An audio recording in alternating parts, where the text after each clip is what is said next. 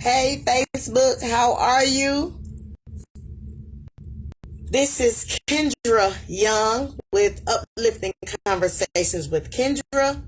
I am actually on my Lisa White Rose page because I was having technical difficulties with my page on my own name. So let's get into the theme song. Uplifting conversations with Kendra. Ooh, ooh. Ooh. Yay! Now, I don't know how many of you would catch this tonight since I did have to go under Lisa White Rose.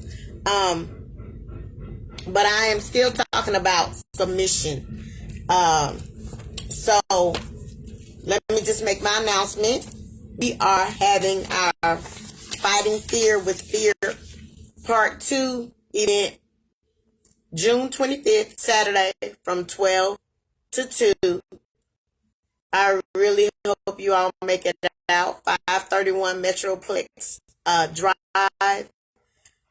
We will not accept money this time. What I would like for you to do is donate.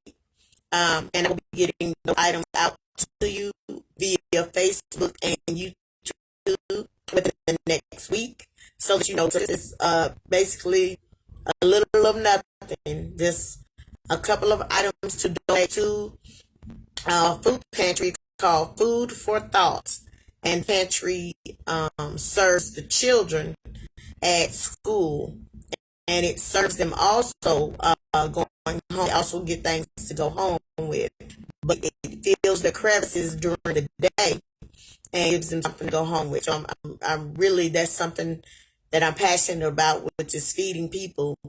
I'm passionate about feeding people food, but also the word. But these children really need the food. They really do. So I appreciate that. And you guys look for me in the upcoming future to tell you more about that food pantry. Okay, today, submission 3. What I want to know is, did you know that God requires us to be submissive to the church elders and pastors? Yes, he does. He requires that. That is Hebrews 13 and 17.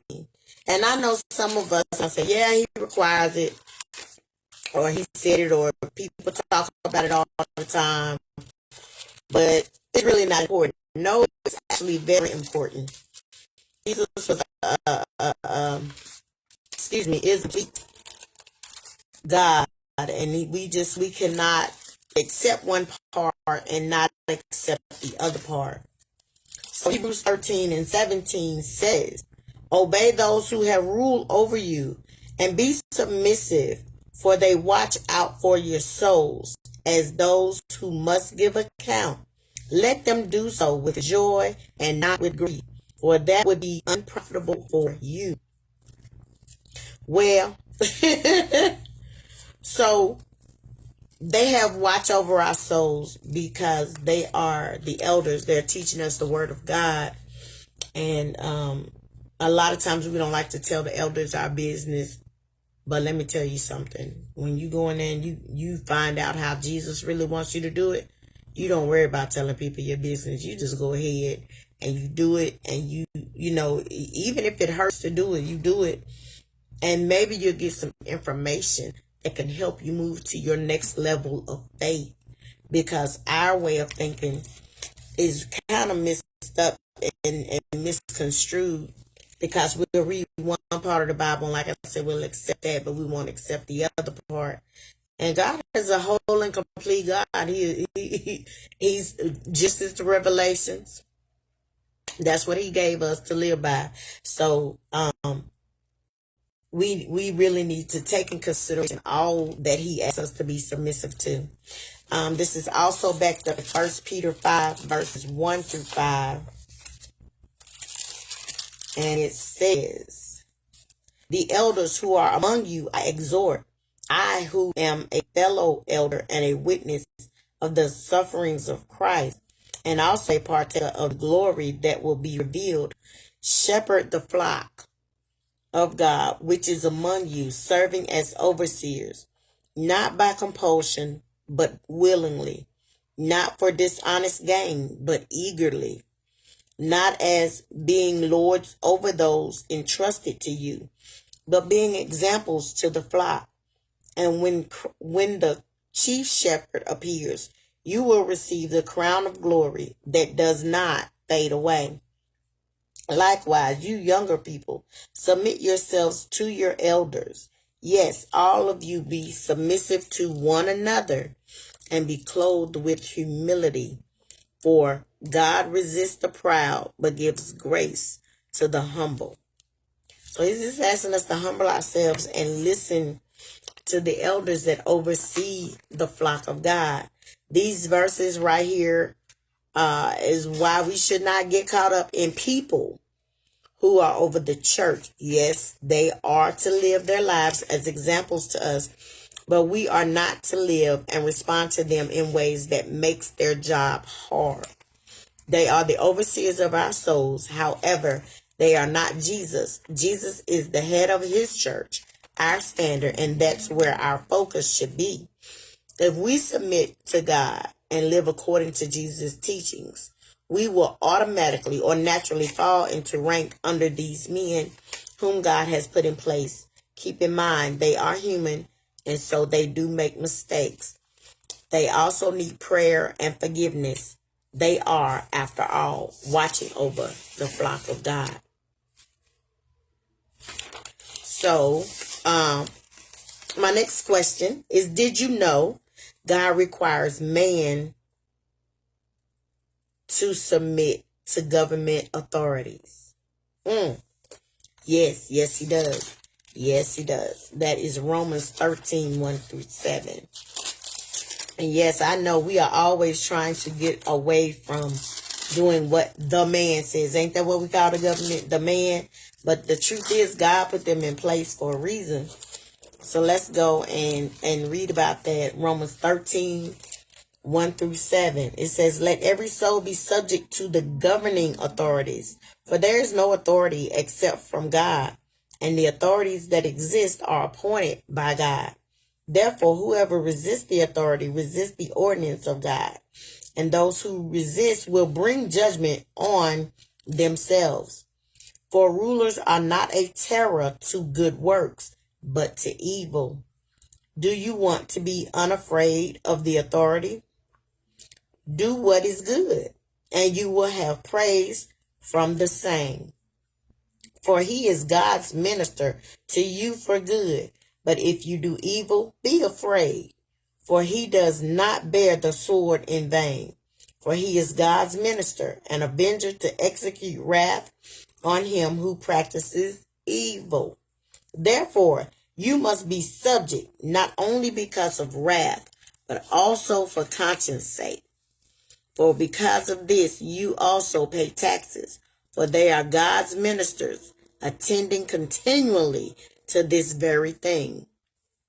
Render therefore to all their due, taxes to whom taxes are due, customs to whom customs, fear to whom fear, that's respect, honor to whom honor.